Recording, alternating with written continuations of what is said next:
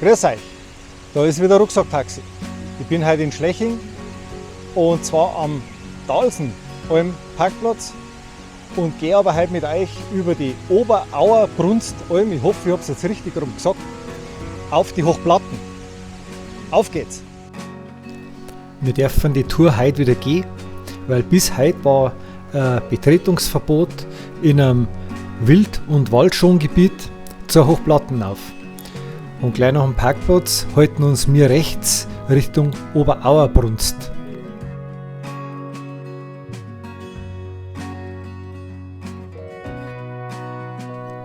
Wir kommen zur ersten Kurven rauf und da geht schon gleich mal links für uns ins Steigerl rein.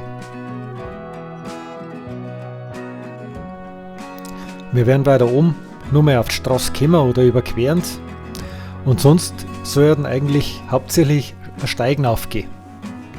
Ich hoffe, dass es so ein bisschen schattig bleibt, dass man es gut aushalten kann, weil heute ist schon sonnig und wahrscheinlich wird es ein bisschen dampfig werden.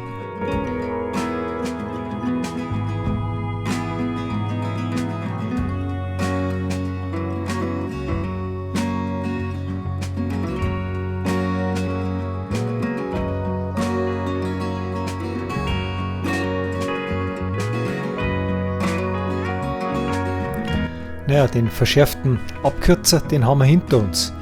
Jetzt geht es auf einen recht schön und breit angelegten Steig rauf, der uns ein ganz Stückel hinaufführt.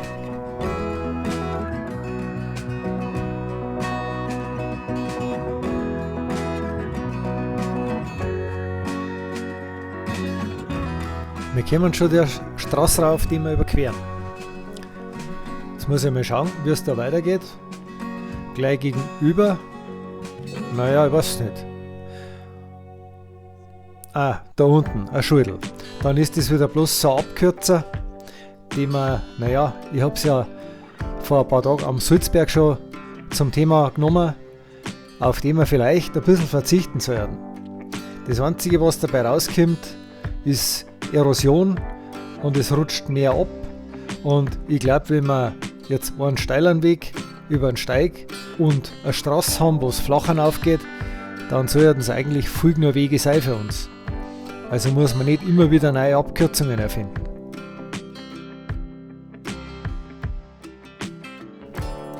Naja, von oben sieht man, was passiert mit solchen Abkürzern. Es ist einfach schade. Das ist ein Schneisen, den man da durch den Waldbund zieht, komplett unnötig. Und dann ein paar Meter weiter herum mündet das schon wieder in den Steig, wo wir jetzt raufgegangen sind. Ich weiß nicht, ob es das immer braucht.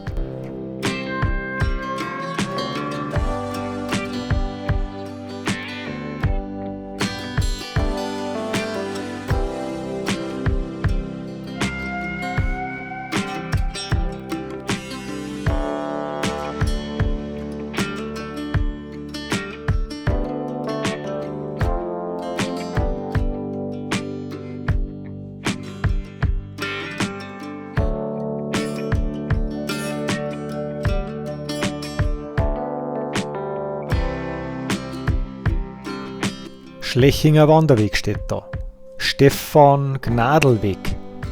Vogelschau. Naja, das lasse ich heute aus. Und wir gehen da ganz normal am Steig weiter. Wir gehen weiter zur Oberauer Brunstalm. An den langen Namen für eine kleine Alm muss ich mir erst noch gewöhnen. Und mal schauen, wie viele Versprecher das da heute noch gibt. Der Steig ist recht schön darauf. Er ist so halb. Einmal flach und einmal sind aber auch ein paar so steinige Steine drin, wo man ein bisschen drüber steigen muss. Mit dem groben Schotter ist es aber gut zum Gehen.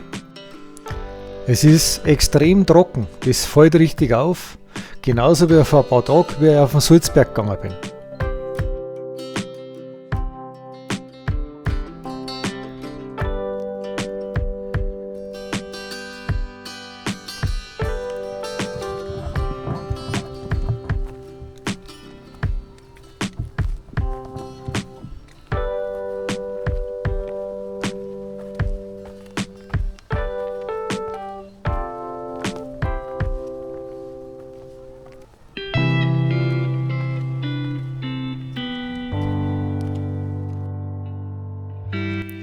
Na, jetzt weiß ich es auch nicht, ob da schon die Wiesen von der Oberauerbrunstalm losgeht.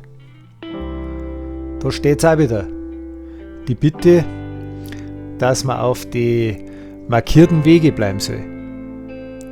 Es ist eigentlich in der Karte so eingezeichnet, dass die Almwiesen da ein groß drum ist. Ich gehe mal davon aus, wir sind bald da.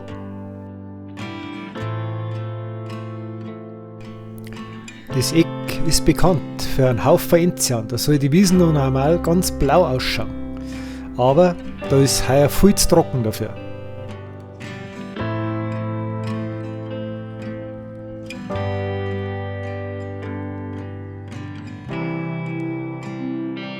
Wir erreichen schon die Oberauerbrunstalm. Ich weiß jetzt gar nicht, ob die heute schon offen haben. Ich habe auf jeden Fall auf einer Internetseite nichts gefunden. Die findet ihr ja wieder in Touren von Rucksacktaxi. Dann kann ja jeder selber nachschauen. Jetzt muss ich direkt einmal stehen bleiben. Ich glaube, da oben sieht man schon ein paar Leute gehen. Ja, da ist schon ein ganzer Schwung unterwegs. Und da gehen wir jetzt im Prinzip auch auf. Wie immer muss man sich auch mal umdrehen zum Schauen. Da unten, wo man die Leute sieht, die sind gleich an der Auerbrunst, an der Oberauerbrunstalm. Jetzt hätte ich schon wieder verkehrt gesagt. Da drüben sehen wir rüber auf den Geigelstor, auf den Weidlaner. Der muss noch einen Monat warten. Da ist das Betretungsverbot bis zum 1. Juni. Der wartet auch noch auf mich.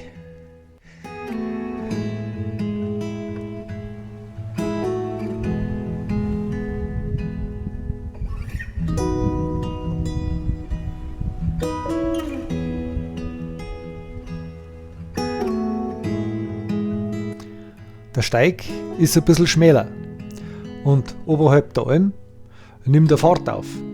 Es ist schon ein bisschen steiler wie unten, da ich sagen. Und er schlängelt sich jetzt da rauf in Serpentinen. Vereinzelt sehen wir immer wieder Enzian darauf. Mir hat am Schluss an der Alm, wie ich eingekehrt bin, und auch gesagt, dass der normal ganz blau ist. Und da, der Berg, den habe ich noch gar nicht erwähnt, die Kampenwand. Und rechts davon die Gedererwand. Ja, man nimmt sich die Stadt ernst mit Wald und Wild, Schon- oder Schutzgebiete. Ich finde es gut, wenn man sich die Wiesen anschaut, was da ist für verschiedene Farben auftauchen. Auch wenn man sich teilweise einen Wald anschaut, wie viele Setzlinge da selber aufgingen. Ich bin Schreiner, ich habe ein bisschen einen Blick für die Bäume. Dann macht es richtig Spaß. Und nicht so wie unten, da wo wegen, sage ich mal, 25 Meter Abkürzungen austreten werden, die dann stark durch Erosion ausgeschwappt werden. So ein Steig darauf ist zwar ein bisschen gefährdet, aber ich glaube, dass durch den Schotter das Wasser dann doch ganz gut versickert.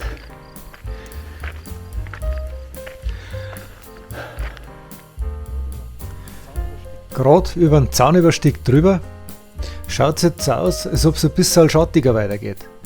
Jetzt haben wir es ja noch früher, aber die Sonne hat schon so viel Kraft, dass es ganz schön warm wird, wenn man darauf geht. Mal schauen, der Wald ist noch recht leicht. Das heißt, so viele Blättl sind noch nicht an die Bäume dran, dass es ein richtiger Schatten ist, und trotzdem merkt man gleich, dass es ein bisschen angenehmer ist. Mein Schattenwandern hat immer wieder Unterbrechungen. Man sieht es. Dafür haben wir aber immer wieder eine tolle Aussicht Richtung Süden aus. Ich bin ja heute absichtlich eine Tour gegangen, oder ich habe mir absichtlich die Tour ausgesucht, wo ich auf so einer Südseite aufgehe, damit ich nicht wieder Schnee stapfen muss. Und dann hat es natürlich ergeben für einen Feiertag, dass man heute die Tour eigentlich das erste Mal wieder gehen darf, weil oben das Betretungsverbot im Wald- und Wildschongebiet ab heute aufgekommen ist.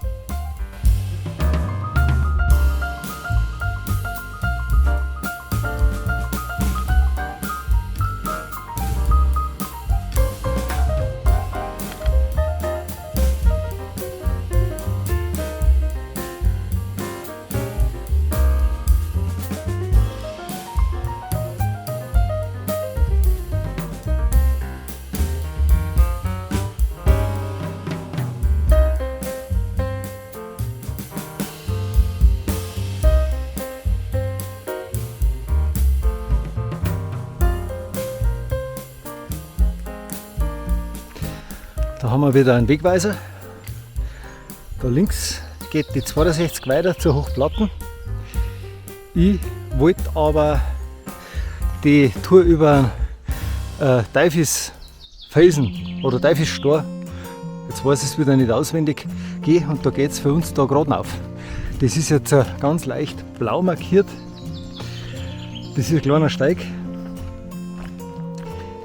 Da weiß ich noch nicht, ob ich hinübergehe auf den Felsen, aber zumindest wollte ich mal vorbeischauen.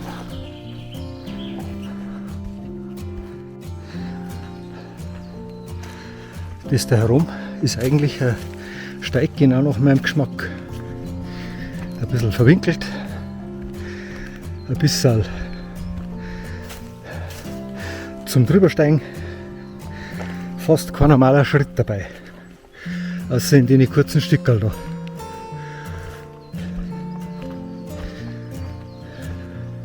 Was mich wundert, man hört keinen Vogelpfeifer recht auffällig. Es ist sehr, sehr stark da herum. Ah ja, jetzt haben wir einen einzelnen. Ich gehe die Strecken heute auch das erste Mal und muss sagen, bis jetzt geht es noch so wie erwartet drauf. Und ich bin gespannt, wie das jetzt dann an dem Felsen ausschaut und wie weit sich das dann noch zur Hochplatten aufzieht. Danach. Wir kommen gerade rauf und halten uns links weiter. Da geht es dann einmal rechts weg zu dem Teufelstor. Das ist wie ein Abstecher, den man mitnehmen kann oder nicht. Und ansonsten geht es halt gerade weiter zur Hochplatten auf. Das ist ein ganz schöner Storhaufen da auf den Teufelstor. Jetzt bin ich mal gespannt. Da geht der Steig eher zu seinem Aussichtspunkt führen. Da meine ich, muss es noch mal links hinaufgehen. Da schaut es dann schon recht felsig aus. Ich schätze mal, er heißt wegen dem schmalen Grat, den man rübergehen muss, Teufelstor. Wahrscheinlich hat er seinen Namen daher. Es geht wirklich rechts und links steil runter und wenn da jetzt, sage ich mal, wenn es nass ist oder er Schnee liegt, dann kann es echt gefährlich sein, wenn man da rüber geht. Aber es ist wie so eine Kanzel, wo man eine bärige Aussicht hat.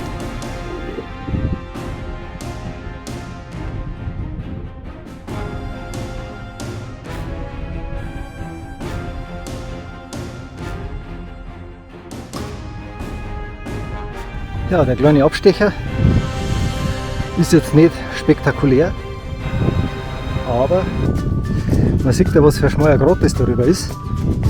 Ohne Trittsicherheit hat man da herum nichts verloren. Jetzt gehe ich wieder zurück, die Stückerl, und dann geht es weiter auf die Hochplatten. Wieder runter vom Teufelstor. Da hat es mir ein bisschen pressiert, da haben wir bald die roten Waldameisen zusammengefressen. Ich weiß nicht, was die alle in meine Schuhe wollten. Und jetzt geht es weiter zur Hochplatten. So letzte Schneereste haben aber heute auch die ersten, die ich sehe.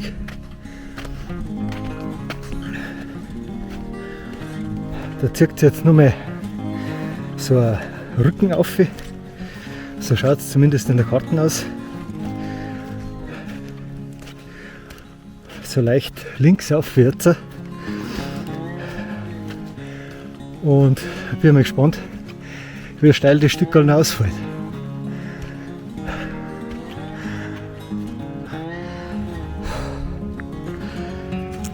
Also darauf kommt man nochmal ganz schön schwitzen, muss ich sagen.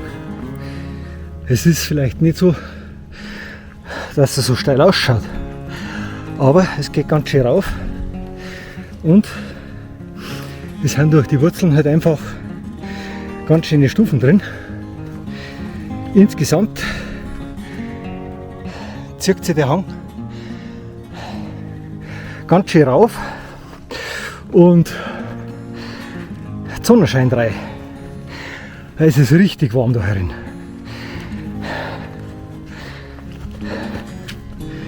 Aber die Alternative war ihm, dass es wieder durch einen nassen Schnee geht,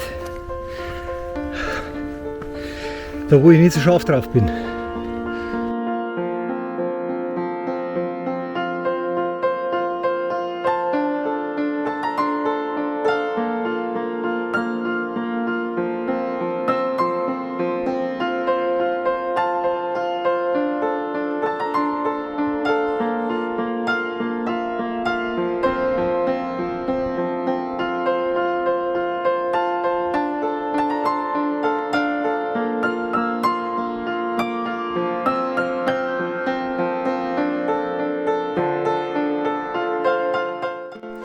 Ich höre Stimmen, also müssen wir gleich sein.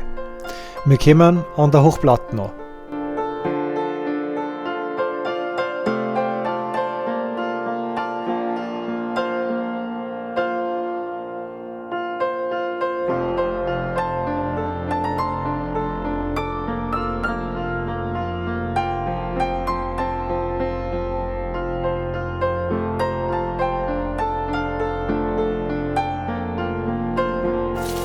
Ich verabschiede mich wieder und sage danke fürs Zuschauen. Vergesst bitte nicht, den Kanal zu abonnieren und viel Spaß beim Nachwandern. Schaut euch einmal die Liste Touren von Rucksacktaxi an. Sie ist sortierbar, filterbar. Ihr könnt euch besser informieren als wir nur in einer Wander-App.